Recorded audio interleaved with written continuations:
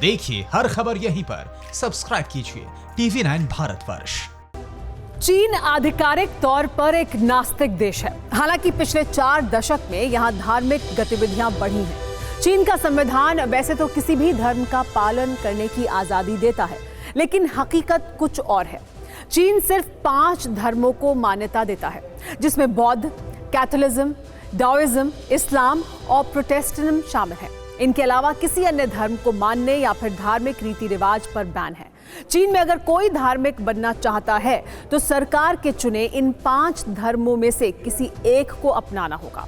इतना ही नहीं, चीन में सरकारी चर्चों, मंदिरों और मस्जिदों के बाहर ही प्रार्थना या इबादत करनी होती है। यानी हमारे देश की तरह ना तो कहीं पत्थर पर लाल टीका लगाकर रख सकते हैं और ना ही किसी जगह मजार बना सकते हैं। यहाँ तक कि अपने घर या अपनी जमीन पर धार्मिक स्थल भी नहीं बना सकते। लेकिन चीन अपने लालच से तिजोरी भरने के लिए किस हद तक जा सकता है, ये रिपोर्ट देखिए। हर साल दिसंबर के आते ही चीन के बाजार भी इसी तरह क्रिसमस के सामान से सज जाते हैं।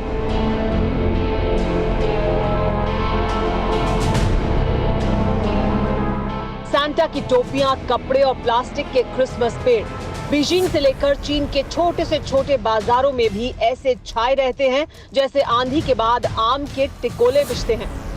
क्रिसमस के मौके पर होटलों की सजावट और स्पीकर पर बजते क्रिसमस कैरल के सुर यूरोप और अमेरिका में होने का एहसास दिलाते हैं।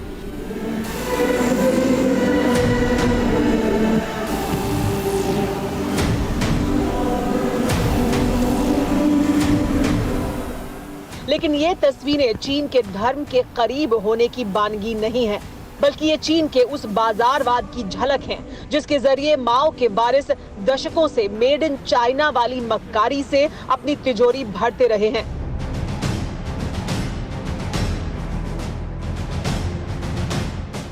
जिन ईसाइयों पर जिनपिंग की तानाशाही की तलवार लटक रही है, उन्हीं के रीति रिवाजों और त्योहारों से बीजिंग के सुल्तानों की सल्तनत का चूल्हा कैसे जलता रहा है, ये भी समझिए। दुनिया भर में 60% क्रिसमस लाइट चीन बनाता है। क्रिसमस के दौरान सजावट का 80% सामान चीन में बनता है। यहाँ तक कि चीन क्रिसमस केक तक एक्सपोर्ट करता है।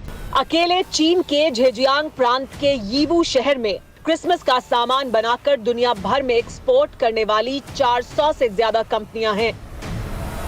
यानी जब तक चीन की धर्म से तिजोरी भरती रहे तब तक माओ के वारिसों को कोई ऐतराज नहीं होता। लेकिन जब मांग होने लगती है लोकतांत्रिक और राजनीतिक अधिकारों की, तब मामला गंभीर हो जाता है।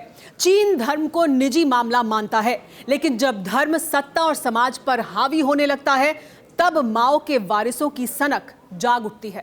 3 अप्रैल 2018 को चीन में धार्मिक आजादी की गारंटी पर एक श्वेत पत्र जारी किया गया, जिसमें सख्त नियम बनाए गए थे। मसलन धार्मिक विश्वास की स्वतंत्रता की गारंटी देने की बुनियादी नीति, धार्मिक आजादी के अधिकार की कानूनी गारंटी, धार्मिक गतिविधियों के व्यवस्थित रूप से आयोजन जैसे नियम बनाए गए थे।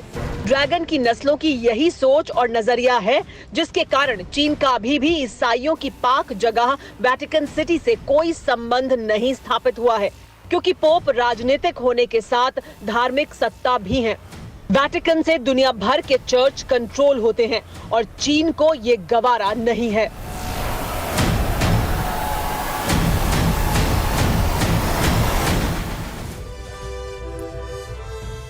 हम लोग हर मुसीबत में अपने ऊपर वाले को याद करते हैं। जरा सोचिए, मुसीबत, मुश्किल या त्रासदी के वक्त चीन किसे याद करता होगा? क्योंकि बीजिंग के तानाशाहों ने धर्म को वेंटिलेटर पर रखा हुआ है। यानी जब तक जेब में पैसा है तब तक कार्ड रिन्यू करवाते रहो, अपने भगवान को याद करते रहो, और जिस दिन जेब खाली हो जाए उस दिन धर्म को वेंटिलेटर से उठाकर किराने रख दो। क्या चीन के लोग इसी वजह से मानवता के सबसे बड़े दुश्मन कहलाते हैं? सोचिएगा जरूर। TV9 नेटवर्क 5 भाषाएं, हिंदी, तेलुगु, कन्नड़ा, मराठी और गुजराती, 48 करोड़ इंप्रेशंस, देश का number 1 news network TV9 network.